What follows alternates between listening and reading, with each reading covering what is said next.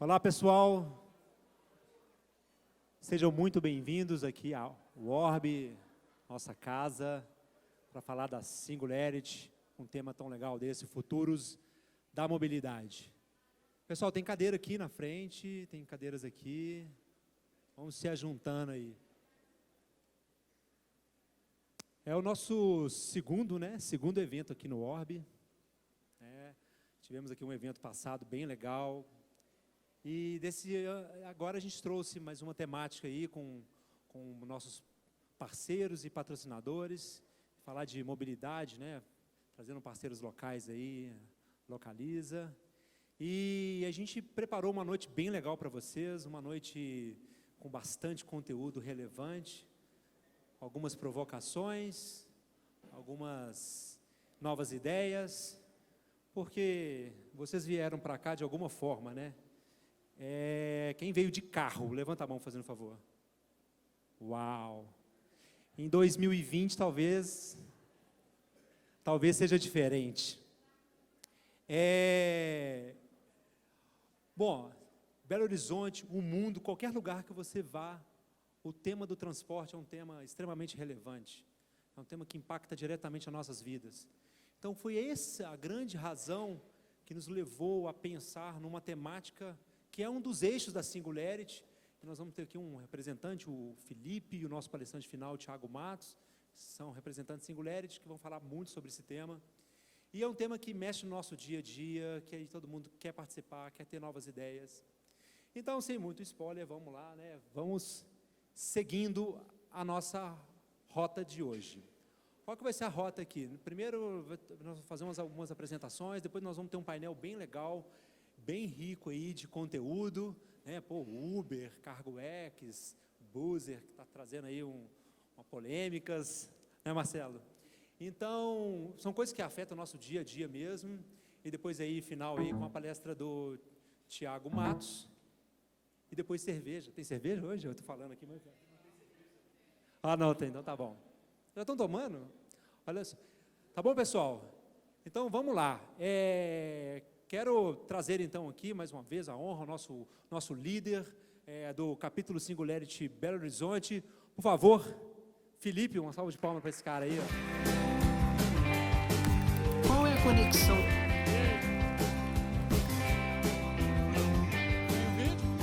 Só um minutinho, para o vídeo aí. Olha só. Não, fica aqui, senta aqui. É porque a gente falou de Orb no fundo aqui, e a Orb preparou um vídeo também bem legal para vocês. Vamos assistir o vídeo então, depois a gente pode ficar aqui. Vamos lá. Roda o vídeo de novo aí. Vamos passar no final então? Então tá. Ana, a gente passa o seu vídeo no final, tá bom? Felipe, por favor. Então uma salva de palmas de novo para ele.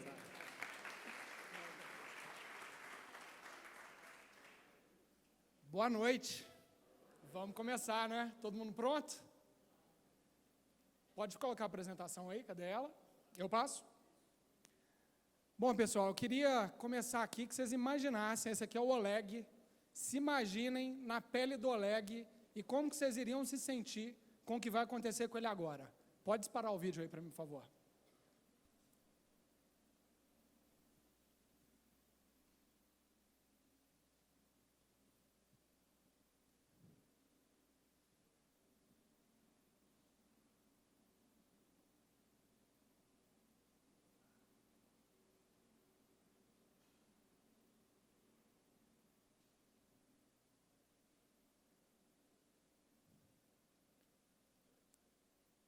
Todo mundo tem um plano até levar o soco na cara.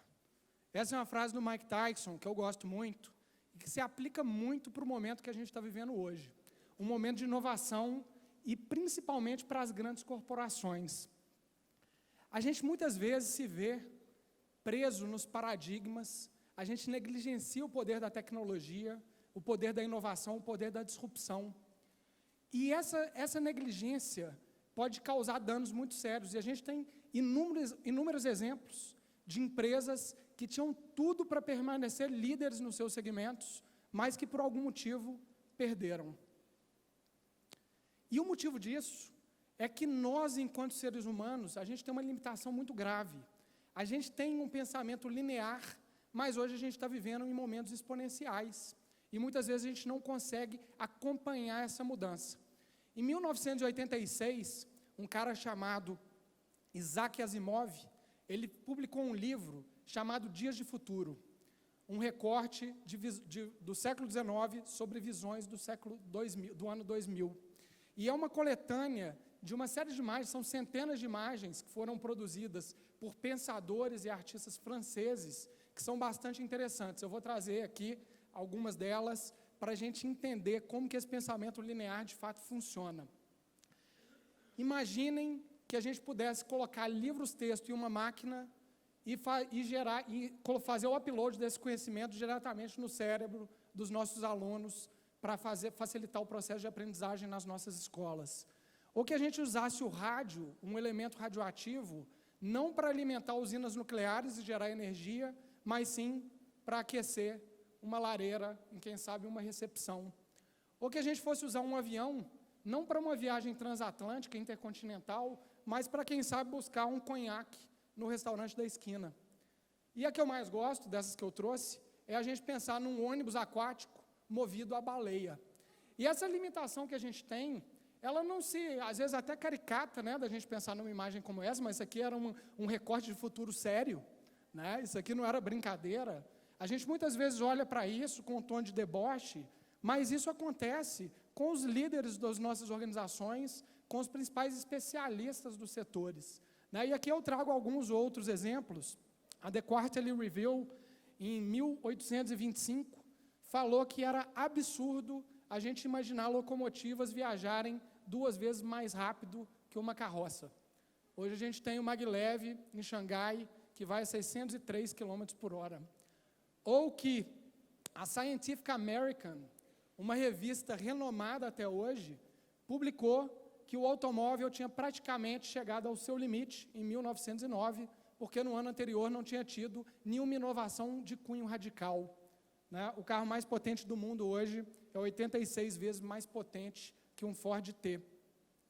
Ou que a The New York Times falou que era absurdo um foguete nunca sairia da nossa atmosfera. Hoje nós estamos buscando colonizar Marte, né? Já mandamos um Tesla para Marte em órbita, né?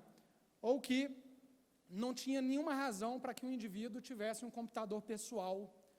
86% dos estadunidenses, dos americanos, em 2017, tinham um computador pessoal.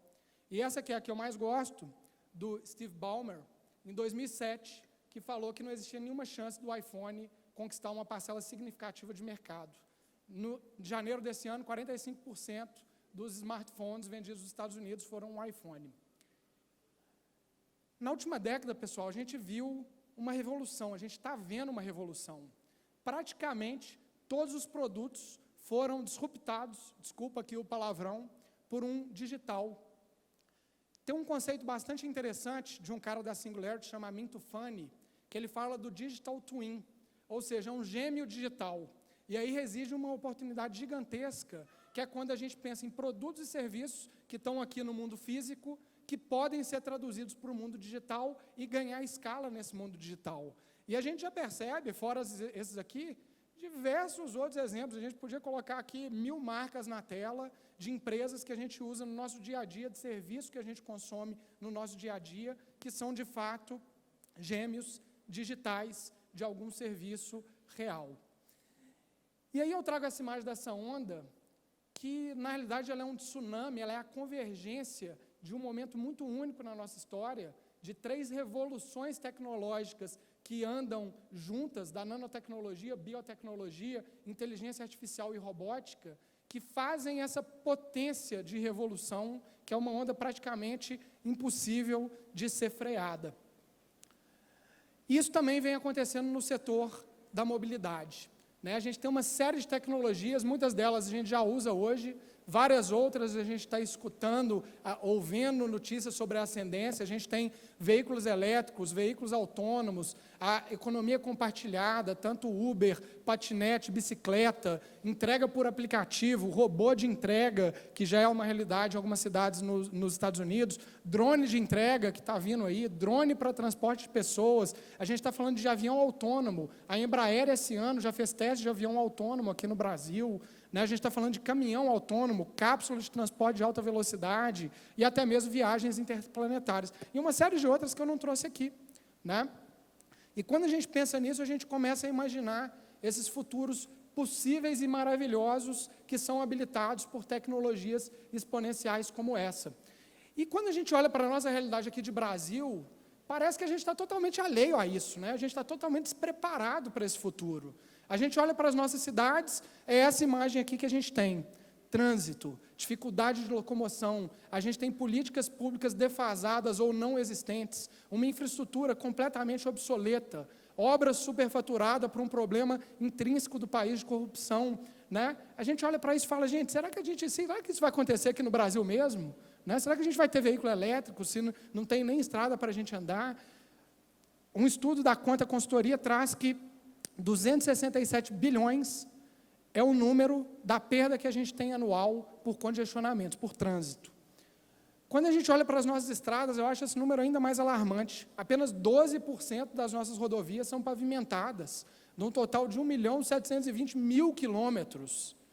Só 10% dos nossos municípios tem algum plano de mobilidade urbana, né? Então, como é que a gente vai para esse futuro, né? E se a gente começa a olhar para ele, a gente chega nisso aqui. A gente tem uma população mundial crescente, população brasileira também crescente, e uma tendência de aglomeração das pessoas no contexto urbano, nas cidades.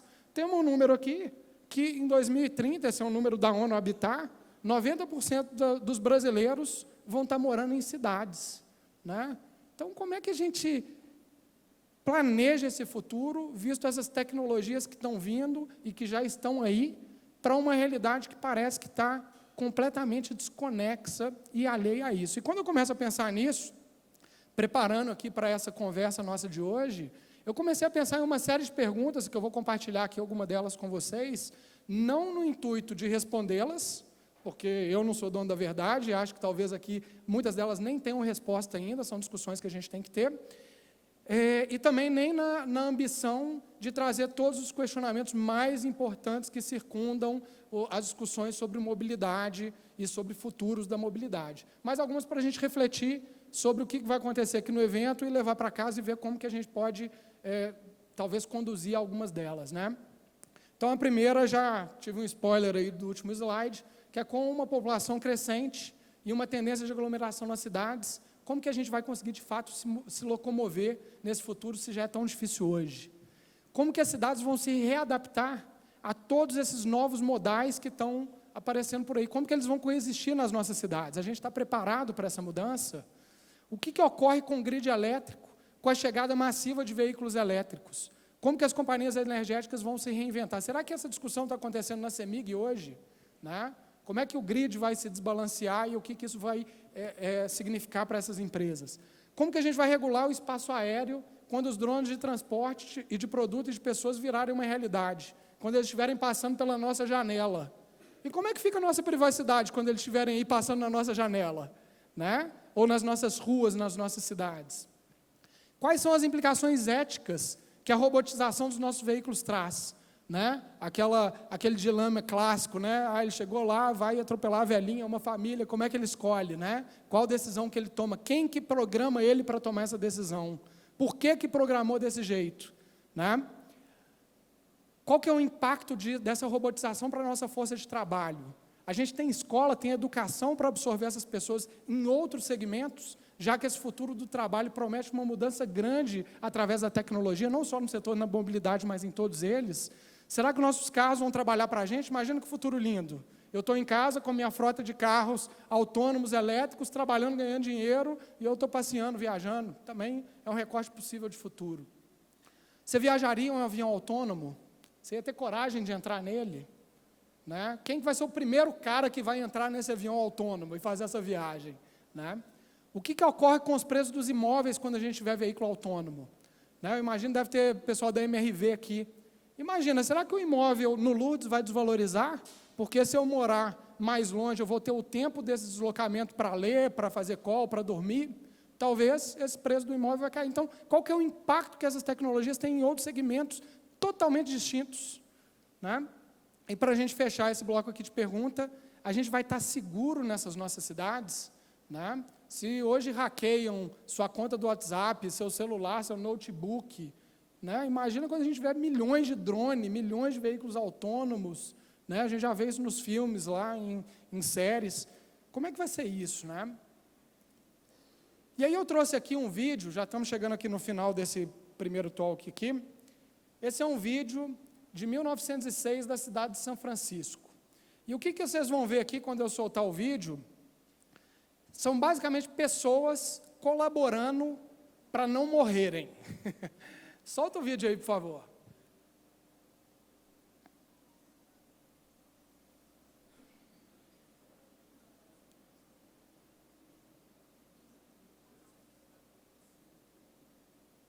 Esse vídeo está no YouTube, ele tem uns 20 minutos, depois vocês procuram que ele é uma loucura, né? Você vê bicicleta, carruagem, carro, cavalo, gente, tudo acontecendo, não tem nenhum tipo de sistema. Então, quando a gente se vê numa situação como essa, onde a gente tem uma série de tecnologias envolvidas, incluídas no novo contexto, a gente precisa de algum sistema, algum tipo de regra, de regulamento, para que essas coisas coexistam, né? E da mesma forma,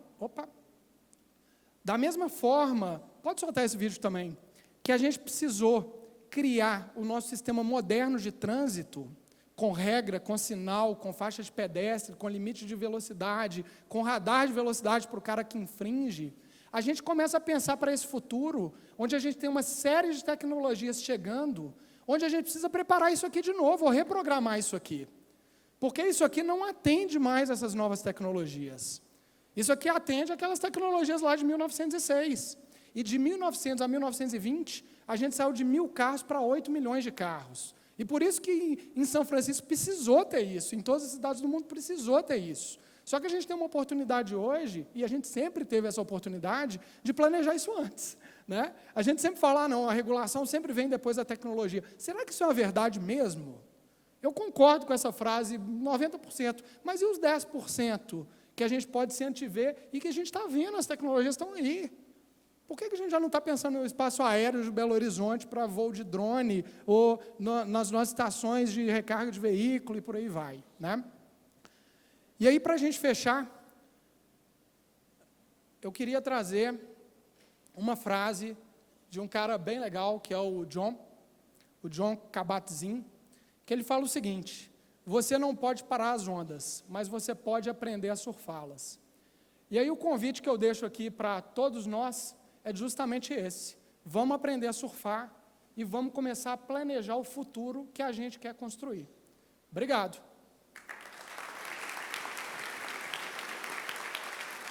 Valeu, brigadão. Tem mais 2 slides do chapter. Oi? Chapter.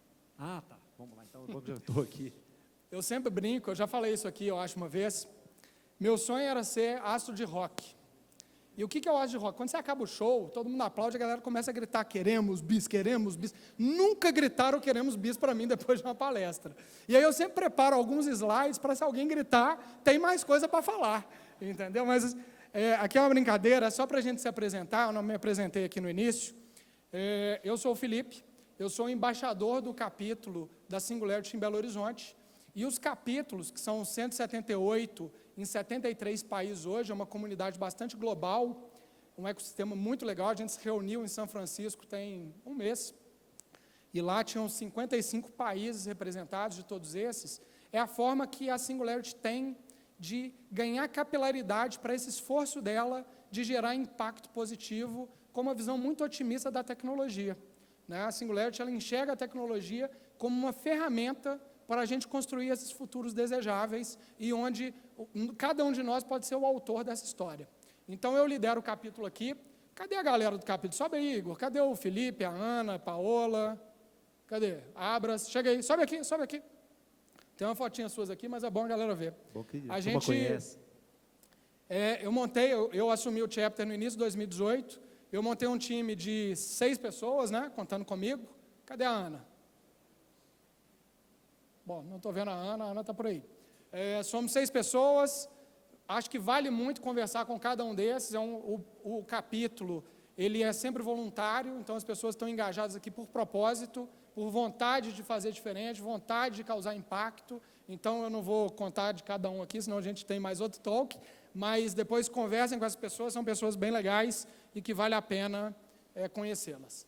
É isso aí, gente. Obrigado. A Ana é de casa, a turma já A Ana conhece. está ali, ó. Aquela ali é a Ana. Felipe, vem cá rapidinho. O Felipe também, ele é o homem da energia. Você chega perto dele, você toma choque. Vou explicar por quê. Porque ele sabe, comanda uma área aí muito legal, muito nobre, que é a parte da energia. Ele é diretor de uma empresa que trabalha com OPV. E o OPV vai mudar o mundo, mas a gente muitas vezes não sabe o que é OPV. Mas só fazer uma perguntinha para você, que você meio que fritou alguns neurônios meus fazendo aquelas perguntas, e eu acho que também devo fritar os seus também. Como é que vai ser a energia, cara, nesse futuro de móvel? O Abra estava falando ali, cara, será que é possível transmitir energia? Nesse futuro, que esses carros, movimento, drone, tudo, rapidinho, o que você imagina de energia, já que você vive isso o dia inteiro? Bom, eu vou até trazer para um espectro um pouco mais amplo. Energia, ela é a base de tudo, né? Quando você tem energia, você tem água, você tem irrigação, você combate pobreza, você leva desenvolvimento, você basicamente habilita uma série de produtos e serviços, né? E por isso que hoje o Igor estava descrevendo aqui uma empresa mineira que chama Sanil, tem algumas pessoas da Sanil aqui. A gente faz filmes fotovoltaicos orgânicos e o nosso propósito é o The Greenest Energy Everywhere, ou seja, levar a forma de energia mais limpa a todos os lugares. Então, a gente acredita que nesse futuro, a energia ela tem um papel muito crucial, porque, primeiro, se a gente tem uma população crescente, a gente tem uma demanda energética crescente, né? Então, nós vamos dobrar a demanda energética do Brasil nos próximos 20 anos. E da onde que vão vir essas fontes, né? Como que a gente vai ter um ganho incremental marginal de energia? Provavelmente não vai ser de hidrelétrica, porque já exauriu, né? Fontes de combustíveis fósseis, como termoelétrica, já não faz nem sentido economicamente. Então, a gente basicamente começa a olhar para solar e eólica, né? E o que a gente está fazendo é solar. E aí, quando você pensa em veículos, né? A gente pensa em dois problemas. Um que é a emissão de CO2, né? Que gera aquecimento global e é um problema grande que a gente está enfrentando. E outro que é a parte econômica, né? Você é grana pra caramba para fazer essas coisas funcionarem. Então, no final das contas, a gente entende essa tecnologia e várias outras sendo inseridas nesse contexto para reduzir pegada de carbono, eficientizar esses veículos, reduzindo também o consumo de combustíveis, por aí vai. Então, eu acho que é uma discussão para outros eventos, mas uma palestra, né? Vale a pena a gente falar disso também. Então, muito obrigado. Valeu. Valeu demais, uma salva de palmas. Obrigado, gente.